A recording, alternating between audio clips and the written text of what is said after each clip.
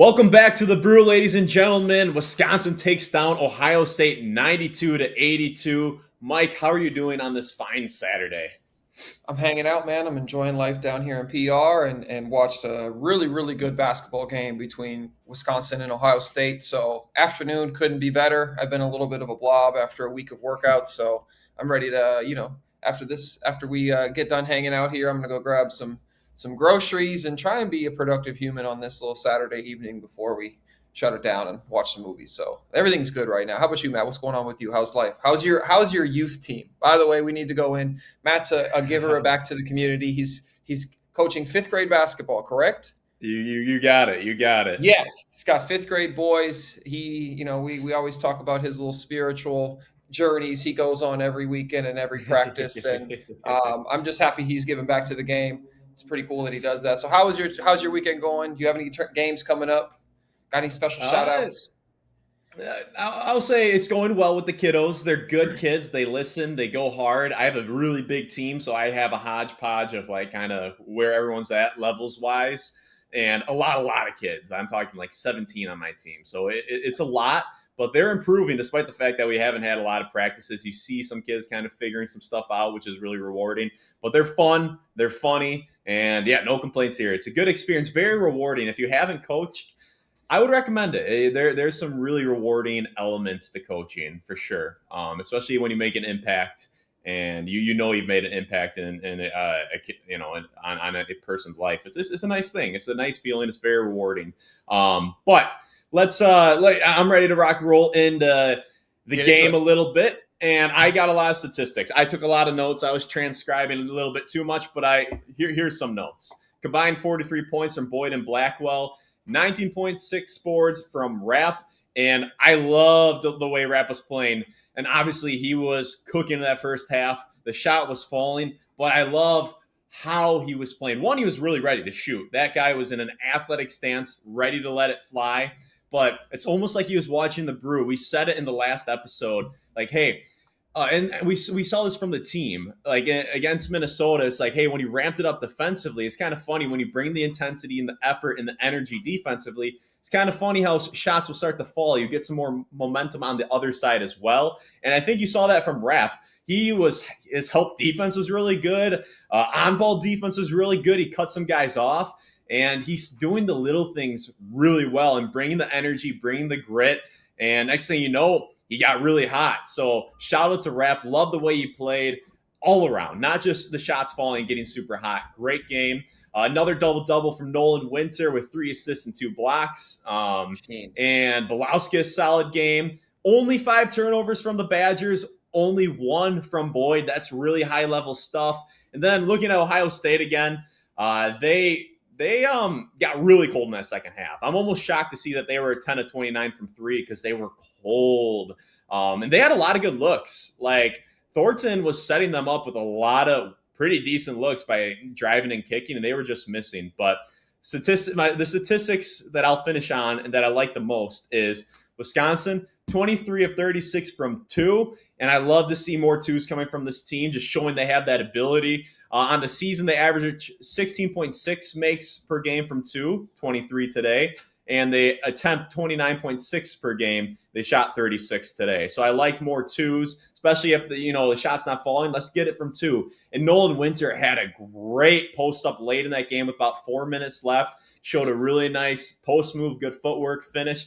Love seeing that from him. And they shot a little less threes. They shot 26 threes today, made 9 of them, and on the season they averaged 31 attempts. And actually, last thing I'll say, 16 assists to Ohio State's 9. The ball was popping for Wisconsin. I loved it. Mike, any reaction to those statistics I just laid out? My reaction to the statistics, I mean, it really tells what was going on in the game. They did a great job of sharing the ball, 16 assists, very few turnovers, 5 to be exact. They did a great job of controlling the pace. They played at the pace they wanted to. There was an up and down game. Yes, and you could kind of tell that Wisconsin was using their size. Ohio State's a little bit shorthanded. They had one of their big guys that was hurt. Wasn't sure if he was going to play it out at all. And their other big guys, they're just a little bit younger. They're not such a huge, big, heavy team, whereas Wisconsin has the ability to go, 3, 4, 5 deep at 6'5 plus. So that was a great thing for them. Winter was a monster on the glass. And yeah, just what you said about Rap. He found the ability to enter the game without his 3-point shot going in, and that's a big thing for him. And especially as a basketball player, as a big guy who shoots himself. For me, it's always, yeah, I can find shots and I feel like I'm more engaged in the game if my shot is getting knocked down. But I always hung my hat, especially as I grew as a player, on finding other ways to get involved to the game, finding other ways to get locked in, to find focus within that game and find fluidity within the game. And then all of a sudden, boom, I have way less anxiety when I'm shooting. I know I can do other things. The shot going in was much less result based and more like, hey, if I shoot this and I make it, great. If I miss it, that's okay. I'm still having a great game. I'm still doing other things that I need to do on the basketball floor that are, just as important as knocking down shots. So great to see Rap doing that. Defensively, he's grown a lot. We were talking a little bit off camera of he has figured out how to use his length. He's a big dude and he's got long arms and he's understanding he doesn't necessarily need to be hip to hip with guys and close people's driving lanes with a chest right at the point of attack. He's actually retreating a little bit more, keeping guys at length and using that big 6'10 frame, which is allowing him to keep guys in front more. And he's really understanding positional spacing and defense. It's really great to see. Credit to him working on it, coaches continually to teach that. So yeah, it was really fun. And then another huge shout out to Braden Carrington. That dude is balling right now in so many different ways. Obviously, he's making shots, but he was a really great facilitator today. He had a really nice bounce pass to Bielawskis for the, I don't know if it was for an and one, but it was to Winter. Apologize, it was to Winter when he had gotten a goaltend. Things were, or I even made another mistake. It was for Rap. He threw a lovely bounce pass to Rap. Yes, and it got goaltended. High level from Braden, but also high level from Rap. That's another great catch. Shot fake, be patient, finish around the rim. So, and also he had one of the bigger plays within the game, especially in the second half. Shoots a deep three. Things go, the rebound goes long. All of a sudden, it looks like it's going to be a fast break layup for Ohio State. He comes down, blocks the alley-oop attempt, and Boyd recollects the rebound, throws it to Winter for a 2-point bucket. And that really just kind of took the gas or took the wind out of any kind of comeback that Ohio State really thought they might have had. I feel like if they would have scored, it would have been big momentum play for them. So shout out to Braden Carrington, still hooping, really come on the last month. And just probably the most complete game we've seen from this team, right? There was zero let up, a little bit in the first 5 minutes. Ohio State's guards were hitting tough shots. They were really hitting tough shots. The couple guys, the couple threes they hit, knocking down big shots. They gave up a wide open three in the corner to a guy who's made 2 all year. I felt like defensively they were really locked in, especially at the defensive point of attack on ball screens.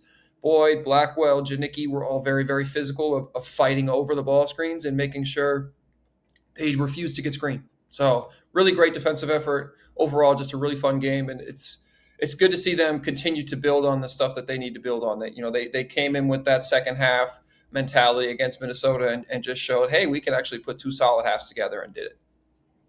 Yeah, and Wisconsin obviously got off. There's 2 things I want to break down. One is Wisconsin got off to a slow start today, and this game could have gone away from them a little bit like the Minnesota game, because it did get away from them in that first half. That could have happened, but to me, Blackwell said, it ain't happening. This is not happening. And pretty much almost single-handedly brought Wisconsin back within that game because he was everywhere. He was doing a little bit of everything. And he set a tone. I believe it was like 16-4 or something like that, but he had a beautiful backdoor cut. And I don't know if it was Boyd who hit him, but he barreled through Ohio State's guy who met him on and helped defense and laid it in. And to me, that was just a tone setter, like, hey, we're getting after it. It's go time. We're not having another Minnesota game take place. And then he was just making plays on both ends. Had a great 3, and then he followed up with a steal, got a quick 5 points in the span of like less than 5 seconds. But Blackwell brought the grit, brought Wisconsin back, and then Rapp was the other guy who was really bringing the grit that first half, and then the entire team started bringing it. And so, Blackwell was definitely, to me, the guy who really ignited that swagger to just get rolling for Wisconsin. And also, I think Wisconsin had 2 points 5 minutes into the game, and Ohio State, they that 3-2 zone, that middle was wide open in that 3-2 zone. And off camera, Mike made a really good point. Like, Blackwell passed up on a few good shots, but also there was a play where he got it to the middle, he attacked, and then he dished it out to Boyd, who had a nice assist to who was that in To the wrap. corner? It was To to wrap Rep, again. yes, to Rep. Yeah, it was to And wrap again. that was just a beautiful hockey assist from Blackwell. And I almost felt like Blackwell could have hit Rep there, but it was like, no, the let's let Boyd get it to him. Like the easier pass for him to make at that angle is get it to Boyd and have that trust that Boyd's going to find Rep right there. Really, really like that. And the ball, just loved how it's popping. It was popping. I loved how they incorporated more too. It wasn't totally live and die by the three today. There was just a good blend. That's what I've been searching for. I'm not an anti push the ball, anti like shoot a lot of threes, but it just can't be all or nothing, because then you really set yourself up for failure, being live by the three, die by the three. And then just one more point I want to make is on a particular play that I thought was big in the second half. So it was Wisconsin was on offense, and Boyd was bringing the ball up on the right wing. And it was 67-59, and Belowski set a screen for him. I believe the first one was on the left side, and then the guy guarding Boyd jumped aggressively Boyd's right hand. Like, he jumped it. And I'm like, okay, that's kind of bizarre. And then Boyd reset. Belowski sets another screen, this time on the right side, and Boyd fakes going right. And once again, the Ohio State defender aggressively jumped his right hand, fell for the fake, and so did the big guy. He jumped the right hand, and Boyd had that wide open lane for his left hand, and he missed the layup ultimately. Belowski collected it and got fouled. But my gosh, in a big moment, that's a big moment for Ohio State. That is the worst possible defense, not knowing the scouting report, not knowing who you're playing. I just think that was unbelievably just terrible in that moment. I don't know what the guy, I think it was number 0. I forgot which guy that was for Ohio State. Oh my gosh, I don't know what he was thinking. I don't know what scouting report he was reading. Terrible defense from Ohio State right there. But yeah, so I wanted to point that one out as a big backbreaker for Ohio State in that second half. But Mike, and another thing I want to give Boyd a shout out, and this is getting a little granular, but he just throws some really accurate passes right at the number. I've been seeing that around with this Badger team. How important to you, if you were a college coach, how much are you emphasizing the importance of just like that granular, like let's hit them right in stride, right in the numbers? I mean, no matter what level you're at, it's actually extremely important, and it's one of those things where it does get lost a lot in the skill sets of things, of people just being the ability to pass accurately on time in the correct space can change your offense dramatically. It changes the style of shots you have. It changes your decision making. If a guy is able to literally catch it on the numbers, not have to really think about the catch, and he can start thinking about how he's going to read the defense, do I shoot, dribble, or pass? Those are the three things that are really, really important when you receive the basketball. Is, am I shooting first? Okay, if I can't dribble first, is there an open pass? And then that's the processing power that you have. So Boyd does a great job, and for me as a pro, as a long time, I've also taken pride in trying to find how my teammates like the basketball. Do you like it with the laces? Do you like it by your knees? Do you need to, do I need to throw it a little bit lower so you make sure you do dip your shot? Do you want it a little bit higher on your chest? Do you like it more to your right side or your left side? There's lots of little nuances to passing that get really, really important as you get up into higher levels. And he's done a great job of that. Guys are shot ready. And when guys are shot ready and they get a great shot, a great pass to just catch and shoot, changes the shot, changes the percentages. It's very, very common for that. So yeah, Boyd does a great job with that. He had a couple of really nice backdoor passes today, specifically when you were talking about to get them going to Blackwell. That was one of the first times I've really seen them operate in that setting where Blackwell's cutting and Boyd found him, just cutting to the rim specifically, not necessarily spraying it out for a three. And hopefully we can see more of that. That's a different dynamic thing that we haven't really seen so much. And it's really important for Blackwell to continue to do that because he is such a dangerous three-point shooter. Teams do kind of sag out, especially on the help side with Boyd. If they get a little bit like, no, I'm going to close out to the corner, where a quick back cut can really stress a defense. So hopefully they can keep doing that. And yeah, like you said, Boyd is just throwing dimes right now. He's really in tune with this team. And it's great to see. It's great to see a high-level point guard really figure out his team and continue to put pressure on defenses the way he does. Yes, and today he only had 2 assists, but he easily could have had more. He had some really, really nice passes And yeah, and that's another thing. Thornton today could have had a lot more assists in that second half. And it's just Man, a matter of guys hitting shots. But I want to give Thornton a shout out again for Ohio State. I think 4-year captain, I heard the commentators saying that is rare in today's college basketball. But also his game reminds me of an aging pro who's like on his mid to late 30s and does not have that quick first step anymore. Enjoys a nice off-season diet or lack thereof, and just a step slow, but super crafty, physical, absolute tank. He's got a fun game. He plays like he's 37 at whatever, 22, 23 years old. And then I want to give Puff Johnson a shout out. This is about his 20th year of college. He is the third 25-year-old that I know of that Wisconsin's played in the last week, because against USC, they had Terrence Williams and Baker Mazzara. Mazzara just turned 26, Williams 25, and now another 25-year-old with Puff Johnson.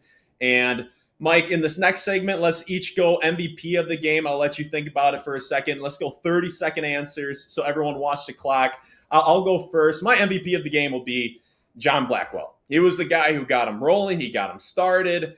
And yeah, I loved everything from him. I mean, he only made 1 3 today. He was 1 of 4 from 3, 8 of 13 from the field, 5 of 5 from the free throw line. But he was the guy who said, hey, we're not having a Minnesota-like start. Let's fix this. Let's get after it. And he's set the tone with that first bulldozer of the Ohio State defender. So Blackwell gets my MVP. nice. I think you came in right at 30 seconds. Way to go, my guy. I appreciate Yeah, that. I'll time you. 5, 4, 3, 2, 1, and here we go. My MVP of the game is going to be Austin Rapp. The way he came off the bench, complete spark plug. John Blackwell got it going. Obviously, it was super important for them to stay super close, and he kept them kind of saying like, hey, no, we're here, we arrived. We're not going to have a slow start on this Saturday, cold Saturday afternoon. But Rapp came in, had a really nice rebounds, really nice defensively, brought the intensity. You could see on his face he was extremely locked in, and then obviously just turned into a human flamethrower right off the bench. 19 in the first half, really put the Badgers up. MVP, Austin Rapp.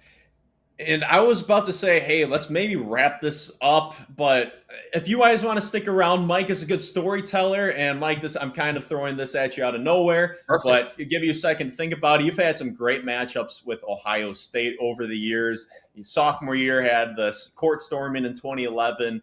And then your junior year, you had a very similar game against Ohio State where they were number 3 coming to the Kohl Center. You guys didn't pull it off, but you guys beat them a few weeks later at Columbus. A really good team. And then, yeah, your senior year, you had a game against Ohio State where I think you lost the first matchup. And then your team, your senior year, great defense, attention to details, physicality, athleticism, just couldn't shoot to save your guys' lives. But Depends you on guys, on the day. when you guys hit shots, though, holy cow, you guys were tough. So, No, Mike, we what was wouldn't your lose favorite games. memory against Ohio State?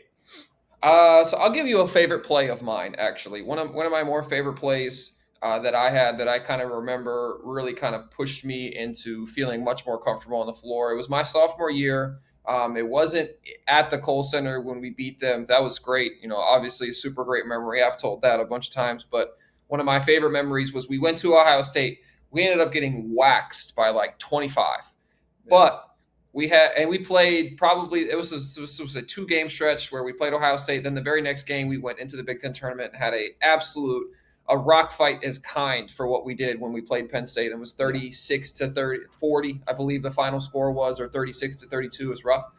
But we went to Ohio State, and I just remember we're down like 13 in the second half. They had I think they shot over almost 80% from 3. I think they made 16 of 19 or 16 of 23s. John Diebler murdered us. But I just remember I caught it on the wing, jab stepped, and went to the middle with my right hand, and I had a monster dunk and one against Dallas Lauderdale, who was a former 7-footer, really good rim protector. Still have that film. Will always have that film. Will never, ever let that go and say, hey, I actually had some bounce back in the day. So for me, that's one of my more favorite memories because I just remember I built on that of just being like, oh, yeah, I do belong here. I should be on this floor. Like, I can play with the best of them. So it was just a really good memory for me. Afterwards in the locker room, I know we we got waxed, and Coach Ryan was very, very unhappy with us. But I do remember the very next film session, as we're watching us just give up threes and not play well, he actually put my highlight of dunking on somebody on the film. He was like, "This is about the only good thing we did today." And I very specifically remember that film session being like, okay, well, that was interesting. Because normally, if Coach Ryan was not always the most complimentary of humans, he would tell you, "Oh yeah, you did great," or "Good job," but then showing you on film that kind of play, it was an interesting interaction, we'll say the least. So yeah, I do specifically remember that. That was really fun. Plus, always playing Ohio State, it's always good to beat them just because of the fact that they put that stupid "the Ohio State." Like, really? That's what we're doing here, the Ohio State? Okay, guys, whatever you guys say, cool, no problem. So always feels good to beat the Buckeyes. And yeah, just happy the Badgers came out on top today. Yes, sir. And follow-up question to that: did you ever have a dunk in the pros that topped your poster on Lauderdale? Yeah, I've had a couple. You send it my way, and I'll overlay it on the screen. And fans, you decide what's better: the Lauderdale dunk or the pro dunk. I mean, I have like three that I could really like. I'll give you two. I had two where I went chest to chest with like a 6'11" dude from he was Argentinian. I definitely said a few words to him, and then there was one literally about 2 weeks before I fractured my ankle where I dunked on a 7-footer. Just recently, full transfer. Yeah, it was like 3 years ago, 4 years ago now. My goodness, time is flying. That was 4 years ago. Yeah. Damn. 4 years ago. So I mean, I do have some bounce from time to time. Quick story time. I still remember when I was in high school, and I committed to Wisconsin as a junior, and somebody had put an incorrect picture of me on the Rivals or one of the message boards or something like that, and it was actually like another 4-star recruit who was he was actually a black kid. And they literally told me, they were like, "Oh, like everybody under the message boards is like, oh, he instantly added 3 inches to his vertical. He definitely got more athletic." And I was like, dang, the racism is real. The deportism is funny. I just laughed. So I do have some bounce for being a white guy. I'm pretty okay with that. Yeah, no doubt. You definitely did and still do. I'm sure you still do. But I lost it. It's fine. I'm okay with it. We're all pull-ups and 3-pointers now. You're probably like Bo Jackson. Every now and then you show flashes. Like the myth would be, even after Bo's injury, every now and then you'll see him running really fast. That's how I feel about it. You got to pay me to dunk now. I won't do it. Don't do it at kids' clinics anymore or nothing like that. We're good. Yes, sir. All right, ladies. Mike, is there anything else you want to add about the game or anything, or should we wrap this up? No, actually, one more final shout out to Chad Baker Mazzara. I know he just gave us the business, but down here in Puerto Rico in the professional league, we do have a draft down here for the league every year, and he was the first overall pick in the draft down here for a team called Carolina. So shout out to Chad Baker Mazzara. I'll probably get to play against him here coming up in the next few months if he decides to show up after UFC and come down here and play and take a contract down here in PR. So just a quick shout out to him. But other than that, yeah, we're good. Yeah, you already got some film on him, but I would imagine he's going to try going to the NBA. Like, he's going to try to get a training camp spot, or is it like his fate is sealed? Like, he signed up for this and now he's going to be playing in Puerto Rico? No, so they just get it so you have your rights. They get your rights for that. So he has the option to come down here and sign a contract if he would like to. Okay. I'm assuming he's going to go through the pre-draft process and kind of see what's going on and go down to summer league if he wants to. It also could be an easy way for him to come down here and just get some professional experience if the thing going down with the pre-draft stuff says, no, you might be a second rounder, or you might just have to go through the G League. It could be a good opportunity for him to come down here and get some professional stats, play as a pro. I mean, he pretty much is one. Let's be honest, everybody coming out of college is pros. He's made enough money, so he doesn't necessarily need it for that. But we'll see. We'll see if he does. And also, this is the thing for him. If you enter the league down here as a native, which he has, his father played down here, and his grandfather is Puerto Rican, so that's how he got the status to be entering the draft. And there's guys that come down here later in their career, so he has this right to come down here and play as a native later in his career if he doesn't want to do it so far right away. Yeah. Awesome. Awesome. Well, yeah, it'll be two vets playing against each other. You and Baker Mazzara. But yeah, ladies and gentlemen, thank you very much for making it to the end of the Brew with Matt and Mike. We will be back very soon. So hit that subscribe button. And also, we will be on Instagram and we'll be on the podcast platforms very, very soon. See ya.